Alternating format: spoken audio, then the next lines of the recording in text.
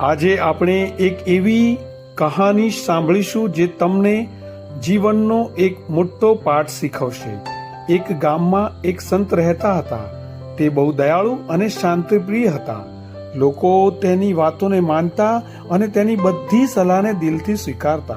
એક દિવસ ગામમાં એક ચાંડાળ આવ્યો। લોકો તેને દૂર રાખતા કારણ કે તે એક સામાન્ય વ્યક્તિથી અલગ અને નિષ્ઠુર માનવામાં આવતો। પણ સંત એ ચાંડાળને પોતાના હૃદયથી પ્રેમ કરતા અને તેને અપનાવતા। સંત કહેતા કે જેમ બારણું બધા માટે ખોલી શકાય છે તેમ આપણું દિલ પણ દરેક માટે ખુલ્લું હોવું જોઈએ। ચાંડાળ પણ બદલાઈ ગયો। તે પોતાના જીવમાં સાચા પ્રેમ અને શાંતિની અનુભૂતિ કરવા લાગ્યો।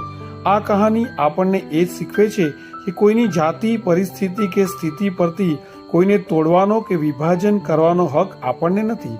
સાચી માણસાઈ એ પ્રેમ અને સંવેદનાનો પાઠ છે।